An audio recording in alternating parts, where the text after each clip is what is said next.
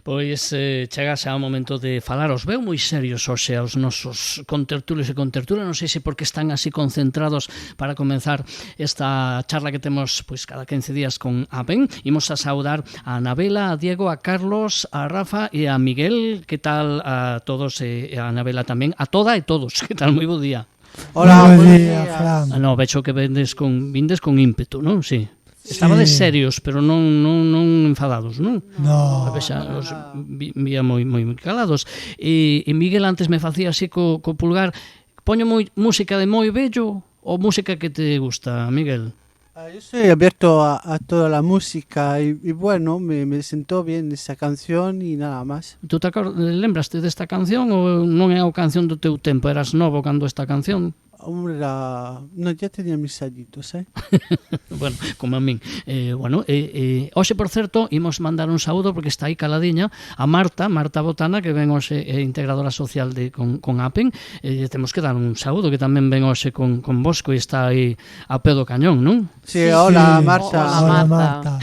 Bueno, pues está que non a vamos poñer colorada, xa acaba de saludar así coas mans, pero os que falades o des vos. Hoxe de que falamos? De Cuba. De Cuba. A ver, por qué falamos de Cuba? Porque es el próximo objetivo de Trump. ¿Estás seguro? Cuando solucione lo de Irán. Pero vai solucionar o de Irán? Ti crees está que... Está por ver. A mí me parece que o Irán vai pa longo, non? Sí, pero que vai pa moi longo. Pero de todos modos, como a Cuba xa lle ten embargado o petróleo e todo, pois dalle igual que o dirán leve máis tempo ou non, porque o de Cuba só ten feito. Ti crees que sí? Xa o ten solucionado? Eu penso que Home, o traballo que lle está dando Irán non lle vai dar Cuba. Non, nin de broma. Home, non lle vai dar traballo porque o ten todo, eu penso que é moi planificado e moi previsto, non? A situación de Cuba é unha situación que o día el mesmo, que é como a guinda que enriquece o pastel da súa particular repartición da democracia no mundo, non? Cuba é un lugar que non ten recursos, non ten petróleo, non ten formas de excusar unha necesidade económica na súa conquista, pero sí que un obxectivo claro que lle gustaría pois ter como a guinda do pastel que el di. Pues en Cuba ellos lo que venden es más bien ron, tabaco y caña de azúcar, si no me equivoco. Credes que só eso que ten Cuba, que non ten outros recursos máis importantes? Y también el turismo. El turismo sexual. Y yo quería remarcar esto un poco, porque allí a las chicas que se prostituyen se les llama jineteras, y ellas lo hacen para poder comprar productos de primera necesidad. De todas maneras, también hay chicas muy jovencitas ya que tienen aventuras con señores que van o iban hasta ahora a pasar a la isla unos días, y les daban dinero para que pudieran comprar cosas de primera necesidad, y les decían de casarse, por ejemplo, aunque con esto no quiero decir que sea siempre lo común, digo en algunos casos, y les prometían que se las traerían para España y les daban una vida mejor que estando en Cuba, porque en Cuba es muy difícil de tener una vida con privilegios. Entonces, estas chicas, algunas eran engañadas porque les decían de venir, después la persona que se lo decía a lo mejor era mentira. A ver, Anabela, o que pasa moitas veces cando hai países nos que as persoas, neste caso as mulleres, están nesa situación de que hai poucos recursos e que hai pouco xeito de gañarse a vida, non? Ao final. Sí, claro. E iso pasa en Cuba, imagino que pasará en outros países. En outros países como Tailandia, sí, non pero é en Cuba solo, pasa, evidentemente. Pero en Cuba pasa. E o que quero decir é que esas cosas deberían de deixar de pasar, porque é denigrar a muller, ten que a muller facer cousas que non queren para ter que salir dunha situación horrenda. Este pareceme un exemplo moi claro do que a necesidade dunha zona que non ten recursos e que ten que levar as cousas ata o límite para poder sobrevivir. Sempre fixo o turismo sexual como unha dos seus recursos e poder sacar beneficios do pouco que lle deixan conseguir do comercio ou das materias primas que non ten para autoabastecerse, e que desde fai moitos anos teñen un bloqueo moi estricto, non? Yo quería recalcar es que en Cuba, por ejemplo, un médico gana 30 euros al mes. Que ese é o problema, é dicir, en Cuba teñen recursos. Eu estaba mirando internet porque eu non sei de todo, sei de pouco. E de recursos naturales no mundo e de situación xeoestratégica menos. E Cuba ten, pois, por exemplo, níquel e cobalto. É riquísima en níquel e cobalto. E o níquel e o cobalto son pois apreciados por outros países. Lóxicamente, o problema aí está en que se a poboación non ten acceso a poderse gañar a vida pola situación que hai, en moitos casos, porque o goberno estatal dali non xestiona ben há moitos anos, pero é certo que dende o principio, dende que estalou a Revolución Cubana, estiveron sempre suxeitos a un férreo veto internacional económico, non? A ese bloqueo que agora Trump non vende facer máis que agravalo, non? É que levan 60 anos de bloqueo económico constante. Isto tamén o que fai é que, claro, que en Cuba a xente, por exemplo, ten moitos estudios, pero teñen poucos recursos para unha vez para poder explotalos, porque, por exemplo, teñen que irse de Cuba a Estados Unidos, emigran, sobre todo a Miami, donde hai unha comunidade cubana moi grande, que emigrou na época de Fidel Castro, porque o réxime era comunista, e entón fuxiron para as persoas que, porque Fidel Castro nacionalizou todas as empresas e as terras, e entonces quedaron sen nada e fóronse de volta fóronse a Miami, a zona de Miami, os exiliados cubanos. E agora Trump, por medio do seu secretario de Estado, o seu home de confianza, que é Marco Rubio, que é de orixe cubana, e o que quere facer é que os cubanos que emigraron a Miami pois poidan volver a Cuba e recuperar o que no seu momento Fidel Castro lles quitou. E de paso colocalos porque son simpatizantes del. Claro, e de paso que a fin de contas colocar como en Venezuela un goberno títere. A min chama a atención, eu son moi seguidor das cosas das cosas que son de moi de sibarita. A min me gusta o tema das bebidas, do whisky, me gusta moito esa cultura, por exemplo, en Irlanda. Me gusta moito o tema dos puros, do tabaco, non o tabaco de cigarrillo, senón os puros. E en Cuba son unha potencia, quizás son o país que máis vende e aparte, aquí en España, a que era a antigua tabacalera, que ahora está moi participada por Francia, pero a metade da produción de Cuba, do tabaco, é desa empresa da antigua tabacalera, creo que ahora se chama, non sei se Altia ou algo así. Bueno, a mellor estou dicindo mal o nome, ¿no? Pero quero Altadis, decir, creo que es. Sí, Altadis. Altadis, sí, Altadis. efectivamente. Pero non sei se agora ten outro nome. Bueno, pero te quero dicir que ali recursos hai. O que pasa é que non os xestionan eles, ou os xestionan o goberno, pero non ningún grupo no que os cidadáns teñan peso, digamos. E ese é o problema. ¿No? Yo quería comentar de ron, que he visto un ron, no me acuerdo de la marca, no voy a decir la marca, pero valía 1.200 pavos la botella. A ver, que tamén teñen unha industria precisamente baseada nos licores tamén importante. E na caña de azúcar. Claro, non, si teñen recursos, teñen recursos. Credes vos que cando iba a decir sí, non, cando Trump cambie, porque seguramente, como decía Carlos ao principio, o proceso parece inevitable, non? Que ao final se abra. E mesmo eu penso que hoxe en día no goberno cubano teñen claro que ao final se van ter que abrir e chegar a unha negociación.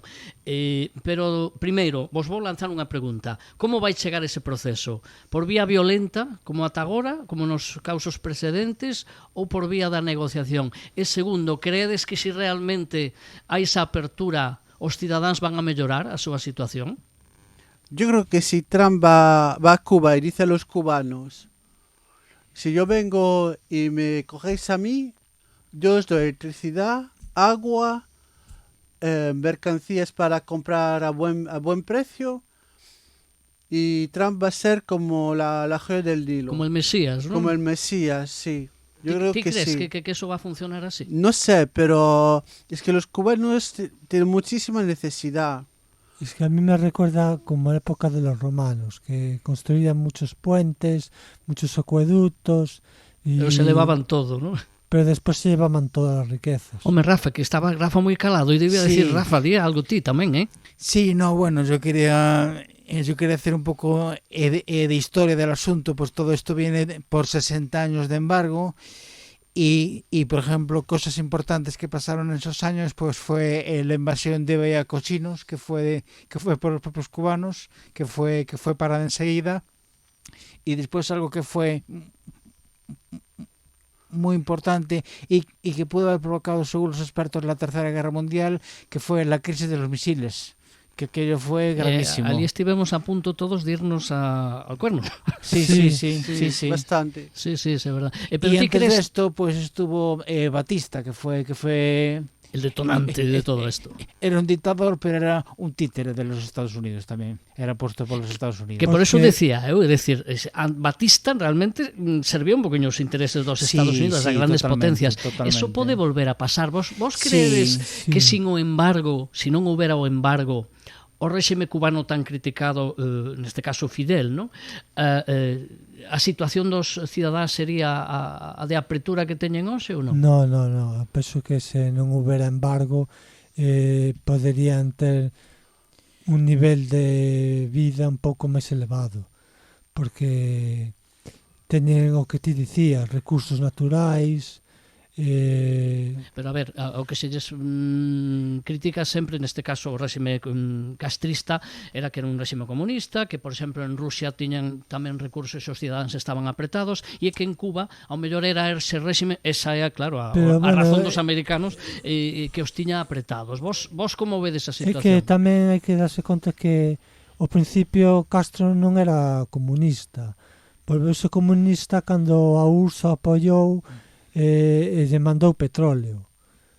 Entón, claro, foi cando se nomeou a si mesmo comunista, o réxime comunista, e así ata que morreu. A min o que me gustaría resaltar é que o que é a isla de Cuba é un punto estratégico moi importante por a súa proximidade con, pois eso, como decía Diego antes, con Miami e cos Estados Unidos. Permitir o goberno cubano que se manifeste a súa maneira non me parece forma de conseguilo, non? Que un embargo do calibre que está sufrindo Cuba poda desembocar nunha democracia porque venga un libertador mundial que trame e que parece que ten toda a súa man para atopar a varita máxica que leve a liberdade, o desenvolvemento económico e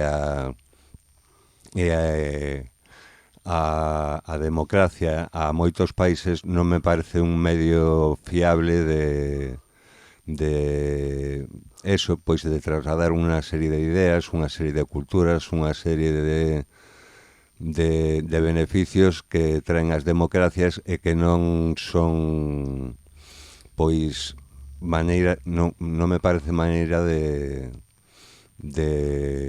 pois eso, de esparcilos polo mundo, vamos. É que non é a maneira, Carlos, tes toda razón. Yo quería decir también que ahora Cuba tiene un problemilla más, porque antes vivían también de los turistas y eso, pero ahora ya no hay aviones que va a Cuba, porque van hasta allí el avión, pero allí no hay gasolina, no pueden volver. Entonces, ya que no tenía gran cosa, aún por encima lo que más le daban era el turismo y ahora se le va al garete. Eu quería añadir é que o que dicía o meu compañeiro Carlos é que, claro, Trump vai de libertador e tal, pero que Trump non vai buscando ben de Cuba, Trump vai buscando o seu ben. Entón, ele non vai ali a pacificar ou a darlles máis cartos ou que cobren máis ou que teñan máis recursos. Non, el vai ao seu, que é a mandar, a gobernar, poñer os seus no seu sitio, e o que non lle guste que se aguante. Sí, que levantou a man? Levantou a man alguén, a ver, Rafa. Sí. Sí, outra cosa, yo pienso sobre los exiliados cubanos en Miami y en otros sitios, que bueno, que habrá que ahora Trump pues dirá, vuelvan para Cuba, recuperen lo que es suyo. Pues habrá algunos que quieran volver, pero habrá algunos que tengan su vida hecha en Miami y que dirán, yo paso de Cuba, yo tengo mi vida hecha aquí, o voy a Cuba vendo mis tierras y me vuelvo para Miami, que es donde estoy instalado. Pues habrá cubanos que no quieran volver a Cuba, lógicamente. Pero o que acabas de decir ti é moi interesante, porque dice, vou a Cuba e vendo as miñas terras, porque Cuba, se se abre, vai ser unha terra por explotar. Ahora, decir, todo o mundo vai querer sacar. Se eu son cubano, pero teño, claro, estou establecido en Miami, como diste, pero teño xa oportunidade de sacar jugo de ali, tamén o farei, non? Digo, eu hai unha persoa, vencellada da emisora, que non hai moito viaxou a Cuba e decía que aínda así, na situación difícil que viven, que teñen unha especie de resiliencia, de optimismo que lle chamou moitísima atención. Sí, porque os cubanos pásalle como a moitos outros países do mundo que son pobres, que están acostumados a vivir con moi pouco, cando ti vas por ali, aínda máis, comparten o pouco que teñen contigo. Sí, eso que acabas de decir, que lle chamou moitísima atención esa situación. Pero parecen felices, non o son, pero eles salen adiante, que tremendo, non? Además son muy apañados los cubanos, porque vas allí, yo vi fotos y videos de Cuba y aún tiene coches viejitos, y que funcionan muy bien. Claro, lo que hay lo tienen que conservarse, ¿no? Sí, lo conserva bien y los cochecitos son de a lo mejor de los años 60 y hoy en día aún están allí furulando y llevando gente. Bueno, entón, como credes que vai a acabar a situación? Antes diciades plazos, que vos parece que pronto, non? Eu penso que sí. ¿Sí? Eu penso que pois que algo xa planificado, xa preparado e que según teñan medio resolto o conflito que teñen en Irán, irán a por Cuba por a búsqueda desa pois desa satisfacción de ser o primeiro presidente de Estados Unidos que controla unha isla con unha posición estratégica privilexiada. E credes que o goberno cubano vai poñer moita oposición? Eu estou convencido que non vai haber conflito bélico. No, Que no goberno cubano hoxe en día entenden que teñen que claudicar un pouco, porque se abre unha tapa de posibilidades para o pobo e para os propios gobernantes agora, a mí me parece moi grandes. A mí me parece que o conflito non vai a ser tal, sino que vai a ser un proceso, non digo democrático, porque vai estar dirixido, pero sí pacífico. Non sei que vos parece. Eu penso que tamén. A min gustaríame ser positivo nese sentido, pero non vexo unha entrega dun pobo que, como falabades antes, pois está disposto a compartir todo con calqueira que apareza por ali, ter unha resistencia a moitas restricións, moitas pasadas canutas para despois que veña e se instale aí como si nada. Non vexo un conflito bélico porque non teñen nin armas por non ter. Non teñen a posibilidade de recitar Pero non creo que a eles lles pareza, e digo aos cidadáns, non ao goberno, non creo que a eles lles pareza, aunque non será seguramente, porque hai moita preparación e moita cultura, son xente que ve, que ten criterio, pero non creo que lles pareza unha mala solución despois de todo o que pasaron, Es que yo creo que el cubano que está allí en Cuba no tiene nada que perder. Lo que va a pasar es que todo lo que viene va a mejorar. Claro, peor que están ahora non poden estar. Peor que están ahora no va a ser posible. Entonces, si le vienen prometiendo y si lo hacen, que le den confort y cosas así, el cubano va a estar súper feliz. Y más ahora que con toma de Venezuela por parte de Estados Unidos, o petróleo venezolano que iba para Cuba a un precio módico, el cortou o grifo e agora ainda está peor do que estaban antes. Entonces eles o que queren é que o que queren é que lles solucionen xa o problema, porque E es que ten a tenaza do pescozo, non? Exactamente, porque xa non poden máis. E mira, os deixo unha reflexión moi interesante ao fío do que acaba de comentar Diego. A ver que vos parece, con eso concluímos, porque se nos va o tempo. A tertulia de hoxe se me pasou enseguida, bueno, como todas, non? Pero acabas de nombrar Venezuela, e nos pode servir Venezuela un poquinho de espello do que pode pasar en Cuba. En Venezuela sí é certo que entraron violentamente, entrou Estados Unidos para secuestrar a Maduro. Vos credes que mellorou a situación dos cidadáns en Venezuela? No, en Venezuela no, pero no mejoró porque sigue habiendo presos políticos, sigue habiendo... No hay una democracia porque la que pusieron al mando es una títere de Trump. Sí, pero para que pusieron al mando precisamente está, digamos, se deu conta de que non poden poñerse a pelear. E, en teoría, terían que pues, ter aberto un pouquiño a situación e non parece, non? No parece. Pues non sei, non son vos presaxios para o que pode pasar en Cuba, pero bueno, rematamos. Que vos tendes esperanza, ¿no? Vos vedes positivos ou non? Ojalá que sí, ojalá que a los cubanitos les sale todo bien. Bueno, pues y que salga adelante y que tenga muchas cosas buenas. Un pobo moi vencellado con Galicia, e Galicia moi vencellado sí. con Cuba, o galla que pronto, e os venezolanos tamén, pero bueno, que pronto, sobre todo que lles deixe un poquinho respirar, porque a xente o que necesita é poder buscarse a vida. Xa para terminar, nos últimos meses Estados Unidos só deixou entrar 2 petroleiros rusos a Cuba. Quer decir que os teñen simplemente para mantelos vivos, para mantelos... Sí, para que non se colapse a cousa. Exacto. Pero os teñen así apretadiños. Sí. Pois a ver se remata a situación. Nos aquí tamén pois facemos, apretamos os puños, bueno, se rezamos ou pedimos que lles vaya ben. Bueno, Anabela, Diego, Carlos, Rafa, Miguel, logo Marta Botana, que estivo caladiña, bueno, é a primeira vez que ven, lle damos un saúdo, bebeu hoxe pois cos nosos amigos e amigas de APEN, a falar neste caso pois dun tema que tamén tamén non nos debemos esquezar dos irmáns e das irmás cubanas. Gracias por viros. Gracias Nada, a vosotros. ti, Fran. E nos imos continuar porque